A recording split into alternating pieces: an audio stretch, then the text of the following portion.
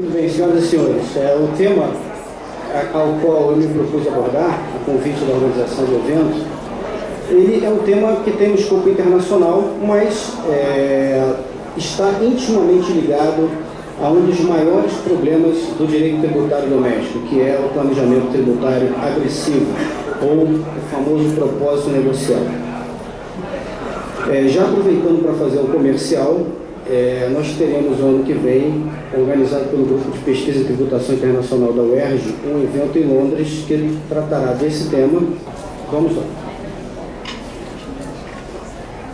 Nós faremos uma pequena abordagem sobre o histórico da tributação internacional pelo mundo afora, o que originou o BEPS, que seria o projeto de combate ao deslocamento da base tributária mundial, ou Base Erosion Profit Shifting, o MLI, que é a Convenção Multilateral, ação 15 do projeto BEPS, veremos aqui oportunamente, o teste do propósito principal, o PPT, Principal Purpose Test, de que forma esse teste do propósito principal ele se relaciona com o propósito negocial e com a tentativa da administração fazendária em criar um novo princípio de combate ao planejamento tributário agressivo no Brasil.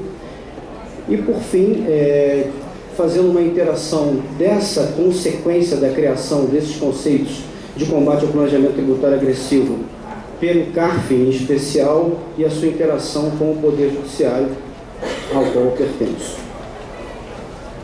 Muito bem, hoje, e principalmente depois da crise financeira de 2008, todas as administrações fazendárias mundo afora estão tentando localizar os seus tributos. O que significa isso na prática? A crise financeira levou a uma mudança de política em relação ao combate ao planejamento tributário, e esse combate ao planejamento tributário originou uma série de ações internacionais. Na verdade, isso não só decorre da crise financeira mundial de 2008, mas também das novas tecnologias ou do mundo em que nós vivemos. Na verdade, nós vivemos num mundo completamente novo, estamos passando por uma revolução tecnológica, estamos testemunhando uma revolução tecnológica com a desmobilização das bases tributárias, a possibilidade de movimentação de intangíveis mundo afora com uma facilidade muito grande e principalmente a reorganização societária numa escala global, verticalizada e horizontalizada. Isso tudo teve consequências e a principal foi a erosão da base tributária de todas as economias mundiais.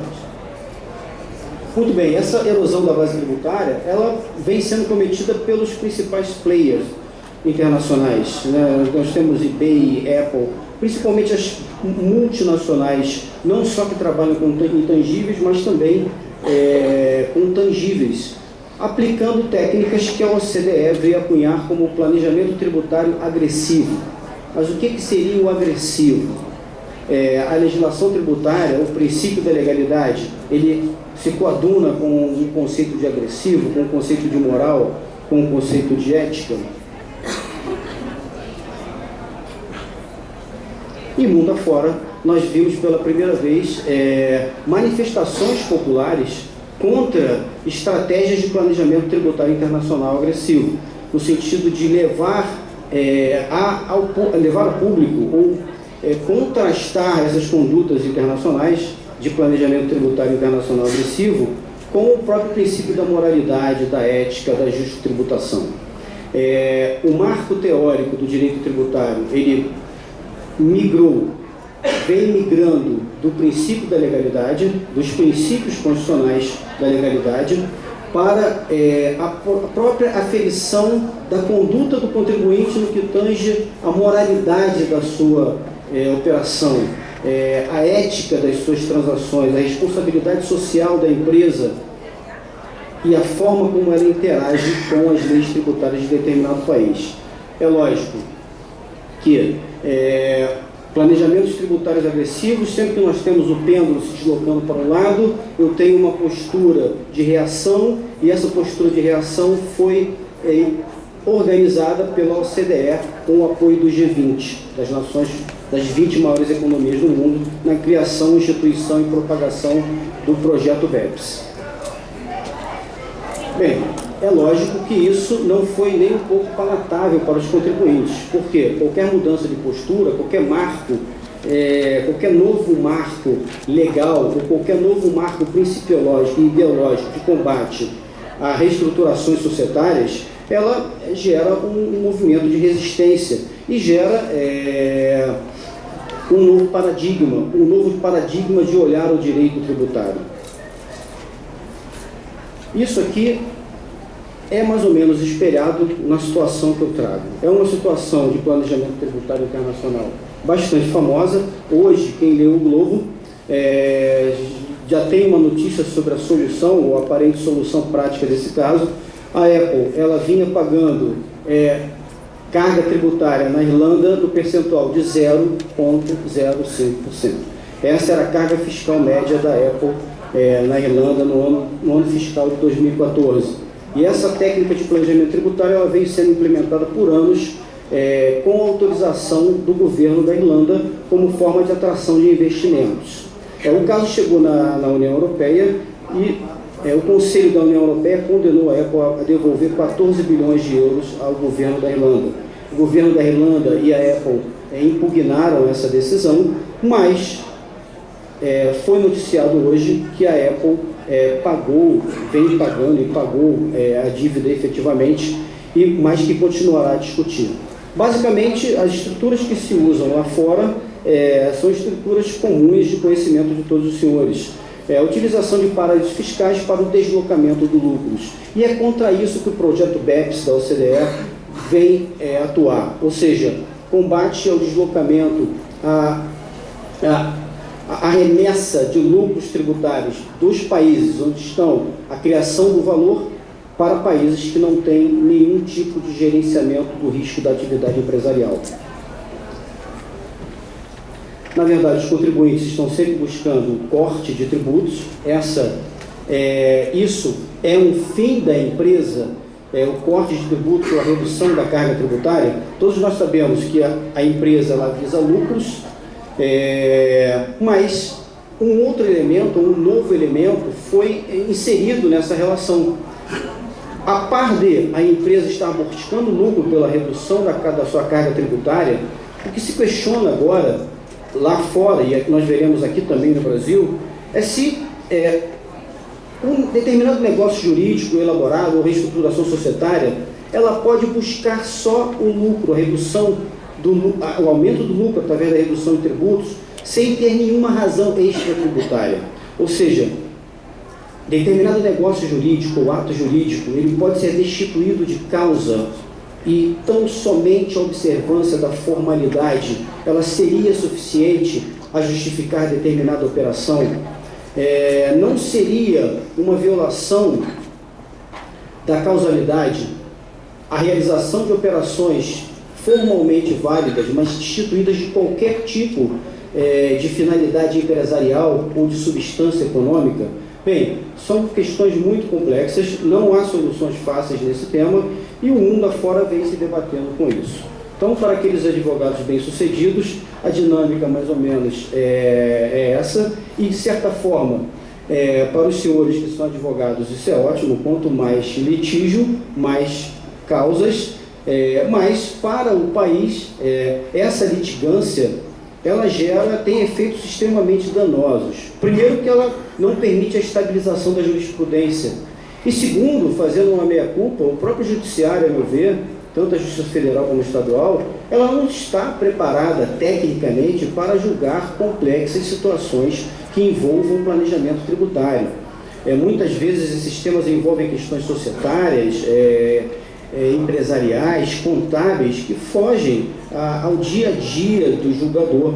E nós sabemos também que as justiças, de uma maneira geral, não estão especializadas ainda em matéria tributária para enfrentar esses grandes temas. Enfim, qualquer solução que se dê pelo judiciário, fazendo uma contra-reforma ou trazendo o pêndulo para o meio, ela não será uma solução fácil e não será uma boa solução. Imbuídos de resolver o problema, a OCDE, junto com o G20, nessa reunião de condomínio ampliada. Vocês já viram reunião de condomínio, né? Os interesses nunca são comuns. E foi mais ou menos isso que aconteceu no plano internacional. Um quer construir a quadra para o filho jogar bola, enquanto o outro já espera a aposentadoria e não quer gastar nenhum dinheiro com o seu condomínio. E no plano internacional a coisa se deu da mesma maneira. A OCDE, ela teve o mérito de juntar países que são membros da OCDE, membros do G20, e países que não são membros da OCDE, não são membros do G20, para formatar um projeto que, em tese, se aplicaria a todos. Ou seja, o resultado, lógico, não é bom, é insuficiente e, de certa forma, gerará consequências graves nos contribuintes. Esse projeto da OCDE, que se chama BEPS, que seria o Base Erosion Profit Shifts, que seria o combate ao deslocamento da base tributária, ele é composto por várias ações baseadas na implementação ou reforço da transparência das operações, coerência das operações tributárias e, por último, a mais relevante, a meu ver, que é composta por 2 mínimos standards ou 2 comprometimentos mínimos, que são o combate ao planejamento tributário abusivo, a ação 6 do projeto BEPS e a solução de conflitos no plano administrativo, que seria através do procedimento amistoso na ação 14. Eu me concentrarei mais ou menos na ação 6, que é a ação que tem um impacto internacional maior e tem reflexo no Brasil de forma direta. O grande problema do projeto BEPS, que são as 15 ações, é que ele, de certa forma, ele não se coordena plenamente. Existem várias lacunas, várias interseções, e essas interseções elas geram consequências, às vezes, drásticas. Para a implementação do projeto BEPS, a OCDE ela criou uma plataforma comunitária chamada Inclusive Framework, que é composta basicamente dos países que estão apoiando o projeto BEPS. Hoje essa plataforma, o Inclusive Framework, ela é composta por mais de 100 países, todos imbuídos da implementação das ações, principalmente as ações que compõem os comprometimentos mínimos, ações 6, combate ao planejamento tributário internacional, e a ação 14. O Brasil adotou uma postura diferenciada. O Brasil ele não embarcou na convenção multilateral. O que é a convenção multilateral? É uma convenção que iria incluir uma cláusula, basicamente, anti-abuso em todos os tratados internacionais dos países envolvidos no projeto BEPS. O Brasil resolveu seguir um caminho isolado, seguindo uma política de celebração de tratados específica. Mas a consequência prática disso será algumas assincronias na implementação e interpretação dos tratados celebrados para o Brasil. Por quê? Eu terei tratados que estarão regidos pela política fiscal anterior do Brasil, de não ter cláusulas anti-abusos gerais dentro dos tratados, apesar de possuírem cláusulas anti-abuso específicas. Eu terei tratados celebrados pelo Brasil que têm cláusulas anti-abusos específicas, e eu terei agora, já implementado, isso é que é a grande novidade, a adoção do Brasil do Principal Purpose Test, ou do teste do propósito principal. O Brasil já alterou a sua convenção com a Argentina e celebrou 2 novas convenções, com Singapura e a Suíça, implementando na prática o mesmo padrão OCDE, que é a adoção do PPT, ou do teste de propósito principal. Mas eu estou falando aqui do PPT e me perco nas linhas que vão formatar essa cláusula geral anti-abuso. O que eu quero dizer com isso? O que é o PPT? A OCDE, nesse novo padrão, o novo paradigma de combate ao planejamento tributário agressivo, estipulou uma cláusula anti-abuso genérica que é extremamente ampla e transfere amplos poderes para a administração tributária, poderes discricionários. O que diz a cláusula? Se for razoável concluir que uma das razões de realização de determinado negócio jurídico, reestruturação societária, foi obter fins fiscais, uma das razões. Ainda que existam outras, aquele negócio jurídico será desconsiderado e o tributo será cobrado. Ou seja, a cláusula, ela se desvia do padrão internacional no sentido de que somente se a principal razão daquela operação foi economizar tributos, a operação seria desconsiderada, para trazer uma cláusula amplíssima, no sentido de que, ainda que hajam outras razões extratributárias, se os objetivos do contribuinte foi economizar tributos, essa operação será desconsiderada. Isso gerou perplexidade e agora eu faço o gancho e trago a matéria para a nossa realidade do CARF, do propósito negocial, que a mim me parece ser o núcleo das maiores discussões do direito tributário atual. O princípio da legalidade já foi aqui abordado, tipicidade fechada. É relevante que nós tenhamos em mente que está sendo criado um princípio, 5 minutos, o princípio do propósito negocial. 5 minutos me parece bastante razoável, considerando o volume de bilhões de reais que estão sendo julgados no CARF. O CARF, a partir de 2015, ele criou uma nova técnica para configurar planejamentos tributários agressivos, que é o famoso princípio do propósito negocial. A par de não existir regulamentação no artigo 116 do Código Tributário Nacional, a partir de 2015, no caso do Lupatec, o CARF abandona todas as patologias do direito civil, dolo, simulação, fraude à lei, negócio jurídico indireto, que antes compunham a argumentação dos julgados, junto com o propósito negocial, para desconsiderar determinada operação, e passa a adotar tão somente o propósito negocial de forma autônoma, à revelia da regulamentação do parágrafo único do 116.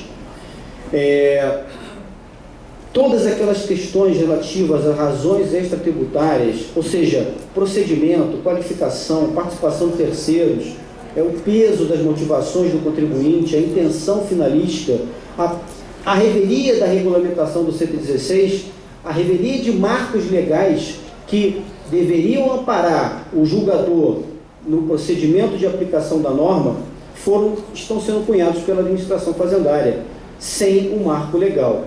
E contra isso eu me debato, contra isso eu me manifesto. A mim me parece que a doutrina do propósito negocial, da forma como ela vem sendo criada, de certa forma trazendo a doutrina da substância do propósito negocial do direito norte-americano, ela não está regulamentada no Código Tributário Nacional. A ausência de regulamentação do artigo 116, ela é um obstáculo à utilização da doutrina do propósito negocial, tão somente sem estar escorada ou sem a existência de patologias do direito civil naquele determinado negócio jurídico, e isso tem consequências práticas. Aqui eu trago 3 julgados, sem fazer nenhuma crítica aos meus colegas que proferiram as decisões. No início da exposição eu falei que o pêndulo foi para um lado, os contribuintes abusando da norma jurídica. Exemplo clássico é a questão do ágio. O ágio sem nenhuma substância econômica, baseados em conceitos formalistas, abusando a administração fazendária, criando uma forma de combate a essa técnica, através da formatação de um princípio de combate, que seria o propósito negocial, e o judiciário voltando com o pêndulo. Só que, infelizmente, nós ainda não estamos vendo no Poder Judiciário decisões que analisem a matéria fora do princípio da legalidade, ou eu diria, sem crítica ao princípio da legalidade ou formalismo, sem uma análise aprofundada das razões de causas, ou seja, da teoria causalista ou de outras doutrinas do próprio direito civil que fundamentariam o afastamento da norma por ausência de qualquer causa que enseje a realização de uma determinada operação. Esse movimento me parece ser negativo. Eu acho que, nesse momento, nós temos um risco de aumento da litigiosidade. Me parece que todas as técnicas que estão sendo utilizadas para julgar o planejamento tributário deveriam ter um marco legal, e esse marco legal ele só é possível, só será possível com a regulamentação do artigo 116 do Código Tributário Nacional.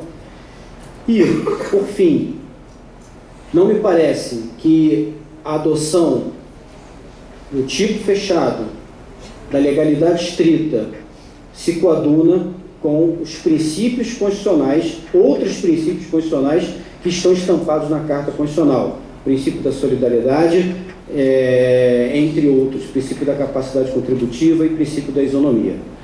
Eu agradeço a todos pela atenção, uma ótima tarde a vocês, muito obrigado.